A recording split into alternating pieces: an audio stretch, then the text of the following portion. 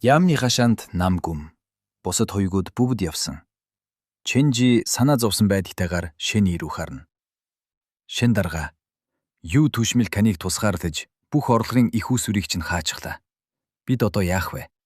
Таныг хотын онигоо болгох гээд байна шүү дээ. Шэний инээмсэглэв. Тэр огтхонч санаа зовхгүй байр. Учир нь юу түшмэл нэг зүйлийг мэдэхгүй. Шэний мөнгөний төлөө биш, насны төлөө ажилдаг. Чөтгөр алах тусам тэр хүжих хөвжиж урд наслана. Энэ нь ямар ч мөнгнөөс илүү үнэтэй. Чэнжи санаа зовлтгүй. Бидэнд мөнгө хэрэггүй. Бидэнд зөвхөн чөтгөр хэрэгтэй. Шэний босоод хашааны үүдэнд очив. Хаалгыг нэ. Зарлална. Өнөөдрөөс эхлээд энэ хашаа бол чөтгөр дарах тусгай алба. Хин чөтгөртэй таарсан, хин чөтгөрөөс айсан бүгд наашаа ир. Чэнжи, Жан дахуу, Мю ах дүүс бүгд гайхлаа. Дарга, ингүүл бид үнгүй ажиллах болно шүү дээ. Шэний мөрөө хавчив. Үнгүй бишээ. Бидний хөлс бол чөтгөрийн толгой. Үдээс хойш. Нэгэн туранхай бор арьстай ир аймхаагаар хашаанд орж ирлээ. Шэн дарга, надад туслаач. Манай гэрт чөтгөр шүглж эхлэв. Нью ах дүүс сүртэй царай гаргав. Ямар чөтгөр вэ? Хурдан хэл. Ир чичрэн ярив. Манай эхнэр сүүлийн 1 сар шүн бүр толны өмнө суугаад үсээ самдаг орчихсон. Бас ганцаараа инээгээд идэг. Нэг шүн би сэрээд хартал тэр хашаанд зогсож байсан. Хөлс нь асгарчихсан. Амьсгадаад. Намайг харангуйтаа ойргисан. Шэн сонирхон сонсож байснаа хөмсгөө зангидав. Тэгээд тэр надад им уулгаад байгаа. Би тэр имийг уухаар л унтчихдаг. Өчигдөр би эрт эртэл гэрээс хажин дуугарч байсан. Яг л гахаа нятгж байгаа юм шиг өшөөгөөч авраач гэж орилоод. Шэн санаа алдав. Энэ бол чөтгөр биш, харин нууц амрагтай эхнэрийн асуудал бололтой. Мю ах дүүс. Та хоёр өнөө өрөө очоод энэ чөтгөрийг барьж ав. Гэхдээ илд хэрэггүй байх шүү. Зүгээр л бороохоо ав. Нью ах дүүс инээлдэн эрийг дагуулan гарлаа. Шэний буцаад санах дээрээ сууж нүдэ анив. Хот дотор жинхэнэ чөтгөр олбохгүй нь бололтой. Түүний алсан нохой чөтгөрүүдээс айгаад бусд нь зүгтчихсан байх. Гинэд Чэнжи амьсгаацаар гүйж ирлээ. Түүний царай ноцтой байв. Шэн дарга том хэрэг гарлаа. Юу болов? Юуци үхчихч. Шэн нүдэ нэв. Юуци? Тэр бол Лин овогтын хөсөлсөн хамгаалагч. Чулуу халлагч хожид маш хүчтэй тулаанч. Тэр Лингийн гэр бүлийг хамгаалдаг байсан. Тэр яаж үхсэн бэ? Түүний биеийг Хингийн эдлэнгийн гаднаас олсон. Түүний зүрхийг суглаад агчсан байсан гин. Бас түүний нүүрэн дээр үнэгний сарууны сариу байсан. Шэн игийн зүрх зогсох шиг болов. Үнэгэн чөтгөр. Хин байвэгийн ярьсан өнөөх үнэгэн чөтгөр одоо Лингийн гэр бүлийг нэг нэгээр нь алж ихэлсэн бололтой. Чэнжи чичрэн нэмчилв. Хамгийн аимшигтай нь Хингийн охин Хин байвэ. Өнөөдөр өглөө Юцийг хулгайч байсан гэж зарласан. Гэхдээ хүн бүр мэднэ. Юци бол Хингийн хамгийн үнэнч зарц байсан шүү дээ. Шэний бослоо. Түүний гэрт жинхэнэ Лин байвэ байгаа. Харин Лингийн хашид байгаа үнэгэн чөтгөр одоо өөрийнхөө замыг цэвэрлэж байна. Хэрвээ тэр Юцийг алсан бол дараагийнх нь хэн бэ? Магадгүй Шэний илдээ бүслэв. Чэнжи, бид Лингийн хаш руу явах хэрэгтэй болох нь. Юци үхсэн гэдэг мэдээ Яамны хоёугуудыг цачралд оруулав. Нью ах дүүс бүр толгоогоо гудайлган сонсоогүй юм шиг цаашаалхлаа. Юци бол мужийн хамгийн шилдэг тулаанчдын нэг. Тэр чулууг бяцлах шиг ботгдох хүн шүү дээ. Тийм хүнийг алсан юм чинь гарцаагүй их чөтгөр байж таарна. Чэнжи Шэний рүү санаа зовсон байдалтай харав. Шэн дарга, бид очих хэрэгтэй юу? Юу түшмэл энэ хэргийг танд үүрэгчгсэн шүү дээ. Хэрвээ бид очихгүй бол таныг ажиллаа хийгээгүйгээд шийтгэх байх. Шэний тайвнаар бослоо. Мэдээж очино. Бид очиж харах хэрэгтэй. Тэр зүгээр нэг нэр төрөө бодсонгүй.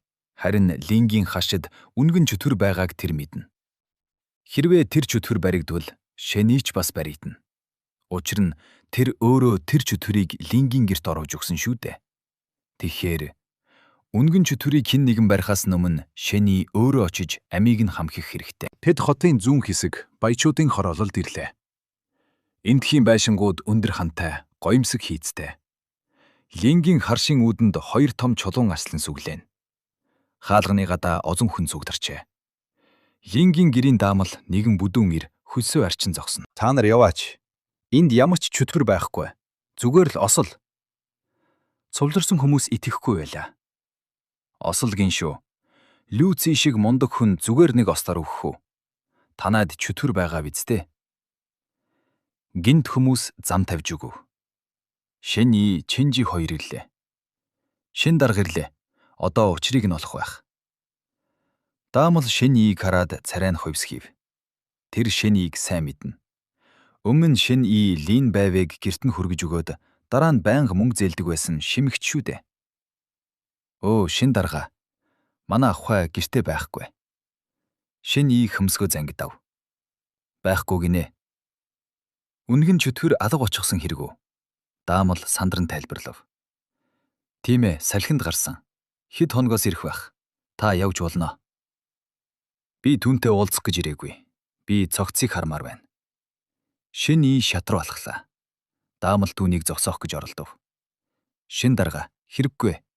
Мужийн захирагчийн яамнаас эзэнхий лам ирээд шалгачихсан. Тэр чөтгөр байхгүй гэсэн. Эзэнхий лам. Чэнжигийн нүд томров. Тэр бол мужийн захирагчийн баруун гар, маш хүчирхэг тулаанч.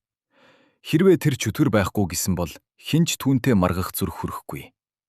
Даамал Шэнийг явуулах гэж яарвчлав. Тийм болохоор таны хэрэг байхгүй. Шэний зогссонгүй. Би зүгээр л хармаар байна. Даамал уурлах гэж байтал хаалга нээгдэв. Лин овогт эзэн болон 2 хүн гарч ирлээ. Нэг нь эзэнхий лам. Тэр яг л хус шиг өндөр, турамхай, хар дээлтэй 50 орчим настай ир байв. Түүний хөмсг нь урт, нүд нь инээмсэлдэж байгаа мэт боловч хүйтэн. Түүний ард нэгэн уул шиг том магчин жан гэгч зогсно. Тэр ар зайсан сахалтай, гүзээтэй, цагаан хормогч өмссөн яг л гахаан ядлаач шиг харагдана. Даамал сандран тайлбарлах гэтэл эзэнхий лам инээмсэглээд гараа өргөв.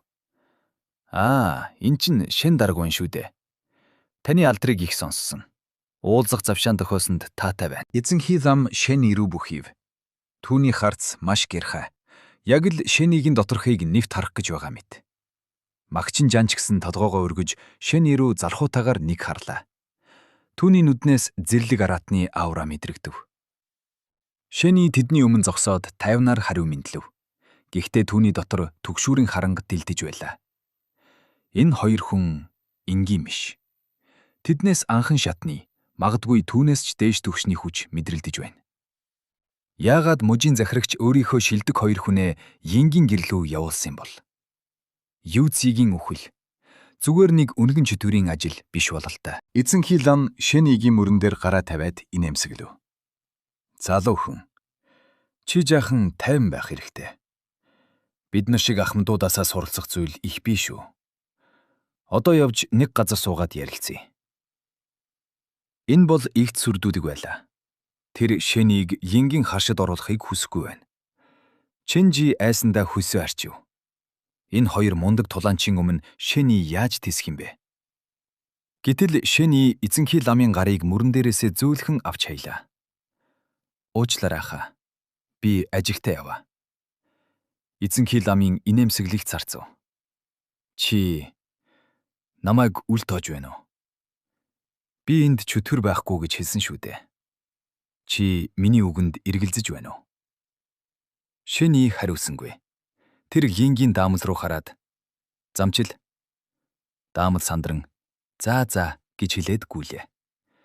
Шэн И Чэнжи 2 цааш явхад эзэнхий лам Магчинжаан 2 хойно нь үлдэв.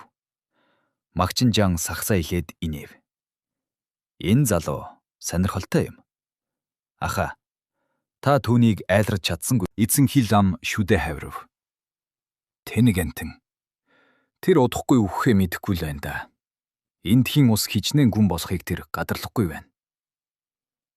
Шин И Чэнжи хоёр даамлыг даган нэгэн өрөөнд орлоо. Өрөөнд доторх ор эвдэрч хэмхэрсэн. Хан шал тэр жигтэй цуснд будагджээ. Орон дээр юу зигийн цогцос хэвтэн. Түүний зүүн гар нь тасарч гидсэн онгойсон байв. Хамгийн аимшигтай нь түүний баруун хацрын махыг хэн нэгэн долоогоод идчихсэн мэт. Зөвхөн цагаан ясал үлджээ. Чэнжи бөөлжих шахав. Энэ хүн хийх ажил биш байна. Даамал жижигрэн ярив. Хагас сарын өмнө авхай гаднаас нэг залууг дагуулж ирсэн. Тэр залуу их царайлаг, бас их ээлдэг байсан. Авхай түүнийг найз минь гэж танилцуулсан ч тэд маш дотно харагдсан. Юу зигийн цогцос яг тэр залуугийн өрөөнөөс олдсон юм. Шин И нүдэ анив. Ойлгомжтой. Үнэгэн чөтгөр ганцаараа биш байж. Тэр өөрийнхөө хамтрагчийг дагуулж иржээ. Тэр хуурамч лим байвэ болон энэ залуу хоёулаа чөтгөр. Тэр залуу хаан байна гэж Шин И асуув. Би энд байна. Хаалраны гаднаас залхуутай бардам хоолой сонсогдов. Шин И эргэж харлаа. Хаалганы хүрээг налан зогсож буй нэгэн залуу. Тэр хар хувцастай, царайлаг, уруул нь улаан, шүдэн цагаан. Тэр яг л баян айлын эрх хүшиг харагдана. Гэхдээ түүний инээмсэглэлд ямар нэгэн зэрлэг, хүйтэн зүйл нуугдж байв. Залуу Шин И рүү доогтойгоор хараад амаа ангаа нэвшээлгэв. Түүний шүднүүд хитрхи шовх байлаа. Яг л үнэгний шүд шиг. Чи Шин И юу? Яагаад ийм удаж байж ирвдэ? Залуугийн хоолой яг л эзэн нь боолоо загнаж байгаа мэт сонсогдов. Чэнжи илдээ атгалаа. Тэр энэ залуугаас аимшигт аура мэдэрч байв. Даамал айсандаа булан руу шигдлээ. Шин И тайван зогсоор л байв. Тэр энэ залууг харж байна. Энэ бол жирийн хүн биш. Энэ бол үнэгэн чөтгөр. Бас тэр ганцаараа биш. Эзэн хил ам Магчин жан хоёрч түүнийг хамгаалж байгаа бололтой. Чи намайг хүлээж байсан юм уу? Шин И асуув. Залуу инэв. Мэдээж. Чи миний найзыг гэртээ нууж байгаа биз дээ. Тэр муухай үнэртэй охиныг. Залуугийн нүд гинт улаанаар гэрэлдэв. Би чамд нэг санал тавь. Тэр охиныг надад авчирч өг. Тэгвэл би чамайг өвдөлтгүй алж өгье. Янгийн харшин хашаанд нам гүм. Эзэн Хилан Магчин жан хоёр ихэмсэг зогсож байхад Чэнжи тэдний өмнө илдээ сугалчихсан зогсож байв. Та нар хийнэ. Яамны ажилд саад болвол би баривчлан шүү. Эзэн Хилам хөшчихлөө. Жижигхэн хоёыг түүнд илд тулгана гинэ. Магчин жан харин чангаар хөхрөв. Энэ залуу зөрөгтэй юм гэж. Аха, таны нэр хүн дунчсан бололтой. Эзэн Хилам шүдэ хавирв. Тэр Чэнжиг алах гэж байснаа болив. За яах вэ? Шин И дотроос яаж хөөгдөж гарахыг нь харъя.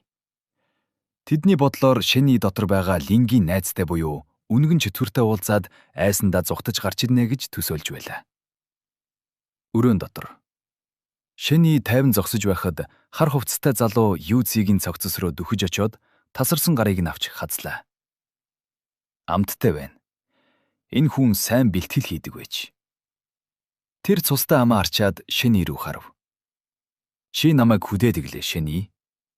Би чамд хэлсэн шүү дээ. Тэр охиныг надад авчирч өг гэж. Шин И хариулсангүй. Тэр зүгээр л харсаар байв. Энэ залуу өөрийгөө энэ долоо дахь эзэн гэж нэрлэдэг. Тэр бол үнэгэн чөтгөрийн бүлгийн мэг гишүүн. Тэр охин хаан байна гэж Шин И асуув. Тэр лим байвэгийн дүрд хувирсан эмэгтэй үнэгэн чөтгөрийг асууж байлаа. Энэ долоо инэв. Миний дүү юу? Тэр гэрлүүгээ явсан. Хойд хадан цохоо руу ээжтэйгээ уулзахаар явсан. Хэд хоногоос ирэх байх. Тэр болтол чи намайг хооллох хэрэгтэй. Энэ долоо Шин И рүү дөхөж ирээд мөрийг нь алгадав. Сонс. Чи бол бидний зарц. Би чамд тушааж байна. Дараагийн удаа ирэхдээ шинхэн залуухан хүний мах харж ир. Эсвэл би чамайг иднэ. Шин Игийн нүдэнд урам хугарсан шинж тодров. Тэр хоёр үнгэн чөтгөрийг зэрэг барьж авна гэж бодож байсан. Гэтэл нэг нь байхгүй байж таарлаа. Чи ганцаараа байгаа юм уу? Энэ долоо гайхав. Энэ залуу юу яриад байна? Юу? Чи надаас айхгүй байна уу? Би бол энэ долоо дах эзэн шүү. Би чамайг гинт Шэнигийн гар хөдлөлөө. Тэр ихтэй сугалсангүй. Тэр зүгээр л баруун гараа зангидаад энэ долоогийн нүүр рүү хүчтэй цохилоо. Хаалга хан нурах чимээ гарав. Энэ долоо яг л их бууны сум шиг нисэж хашааны гол дунлаа. Тэр газар дүнхөрч цусаа нулимж юу босныг ойлгохгүй хэвтэн. Гадаа байсан хүмүүс цочролд оров. Эцэнхий лам, Магчинжан, Чэнжи, Хийнгийн даамал бүгд ангайлаа. Эвдэрсэн хаалганы цаанаас Шэн И гарч ирэв. Тэр ханцууга янзлаад тайван гэгч нь алхаж байлаа. Түүний царайд айдас байхгүй. Зүхэн уйтгар. Ганцхан үнэг байхдаа яах вэ? Шэн И энэ долоогийн зүг алхав. Энэ долоо арай ядам үндийж нүүрээ дарав. Түүний царайдаг нүүр нь бяцарч шүднүүд нь унжээ. Чи яаж зүрхэлж байна? Би бол үнгэн чөтгөр. Би чамайг ална. Энэ долоогийн биеэс хар утаас авсаж тэр жинхэнэ дүр төрхөө олох гэж оролдов. Гэхдээ Шэн И түнд боломж олгосонгүй. Илд сугарах чимээ гарав. Цусан илд техник. Шэн Игийн ил дулаан гэрлэр гялалзаж энэ долоогийн толгойг тас цавчгаар бууж ирэв. Чи эзэнхий лам хэл хүүгээ олж ядна. Тэр энэ долоогийн ард ямар аимшигт хүч байгааг мэднэ. Хойд хадны үнэгнүүд бол энгийн нэг чөтгөр биш. Тэднээс могоо их хүртэл айдаг шүү дээ. Тийм байхад энэ муу хуйг яаж түүнийг цохиж зүрхэлдэг байна.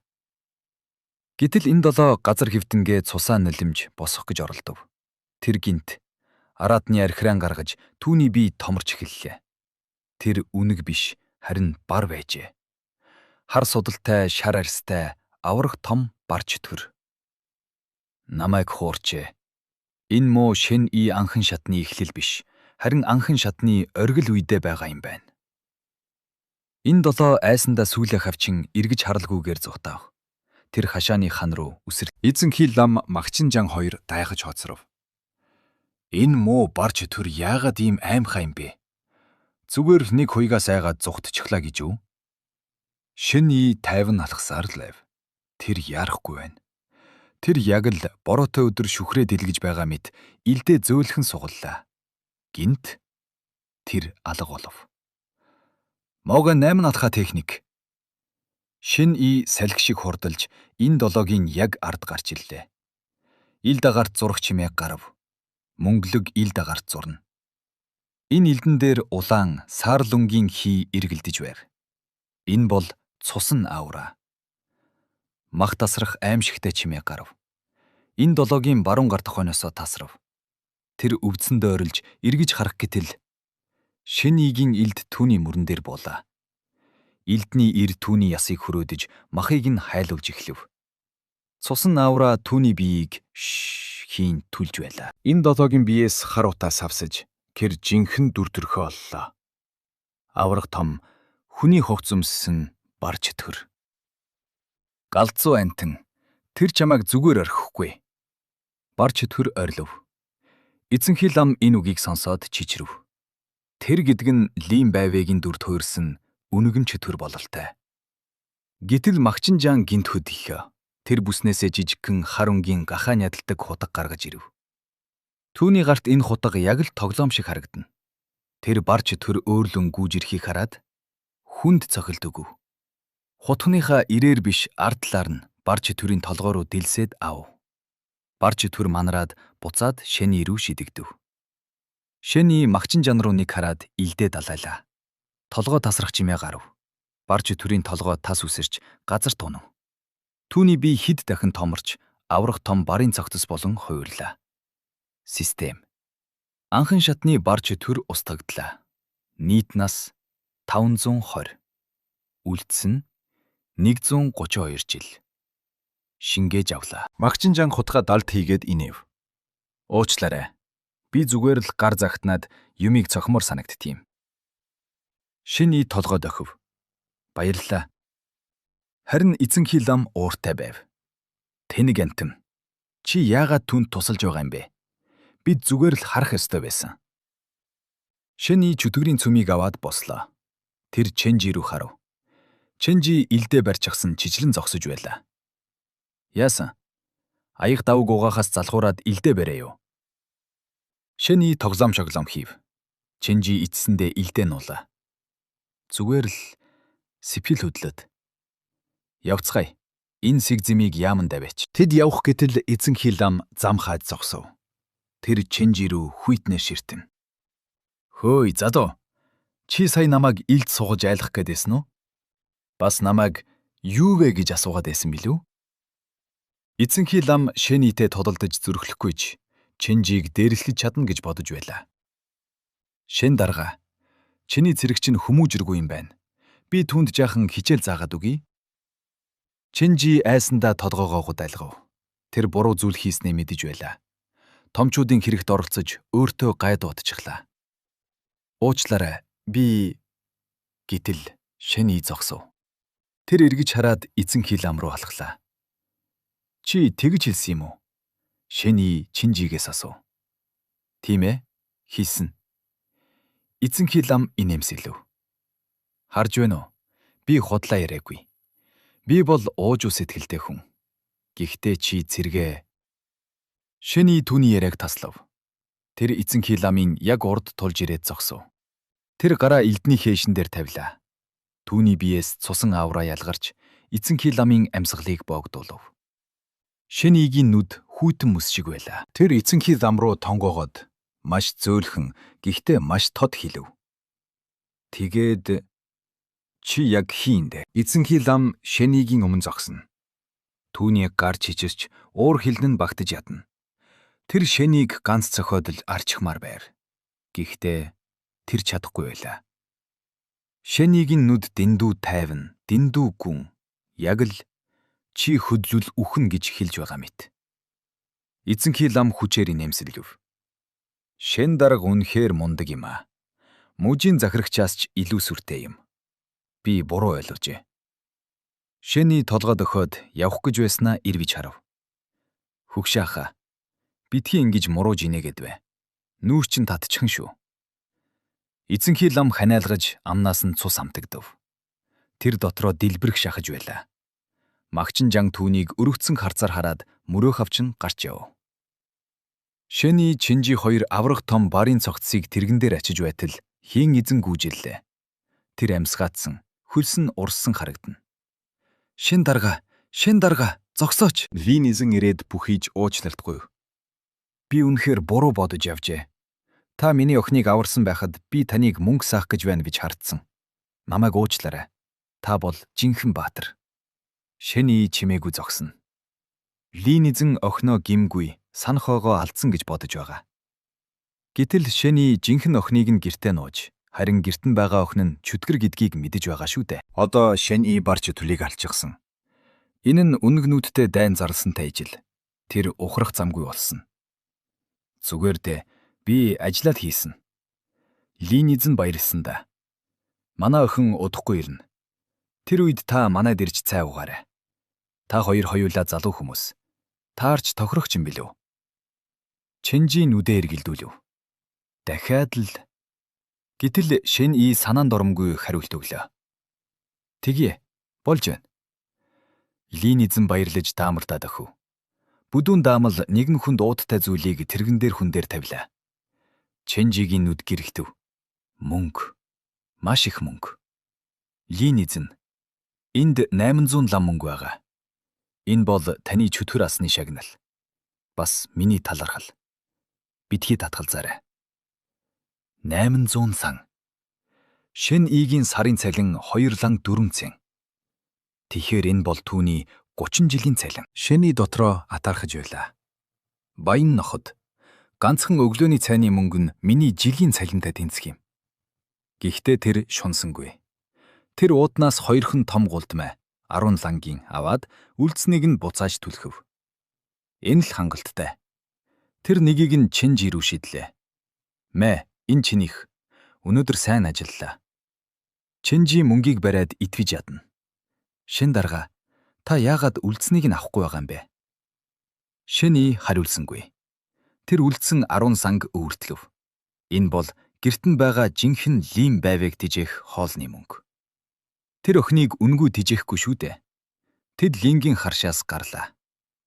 Чэнжи одоо болтол мөнгөө атгасаар баярлсандаа хөлн газар хүрэхгүй явна. Шин дарга та сая тэр эзэнхий ламыг яаж тэгж айлгав? Би бүр биширч эхлэв. Шэни. Дараагийн удаа тархиа ажилуулж бай. Чиний амь чинь үнгүй орцсон зүйл биш шүү. Тэд гудамжны гуанцны хажуугаар өнгөрөв. Шэни зогсоод захиалга өглөө. Нэг вар шар цэцгийн арх, нэг бүтэн шарсан галуу, зүүн хөлн шүү. Бас жигэнсэн загас. Чэнжи шүлсээ залгав. Өө, сайхан сонсогдож байна. Бид энд сууж идэх үү? Шэни түн рүү гайхаж харав. Бид гинэ хин чантай цуг идэн гэсэн юм. Чэнжи гайхав. Айн? Шэни хоолоо багжаад авлаа. Мөнгө авсан мэдтэй. Өөрөө ахчид. Би гэртээ харьлаа. Тэр хоолоо бариад гэртээ хүдээж буй өсвөлэн гүнж рүүгээ яаран алхлаа. Чэнжи гудамжинд ганцаараа мөнгө атгаад амаа ангаа хоцров. Ямар сонир хүн бэ? Гэхдээ ямар мундаг хүн бэ?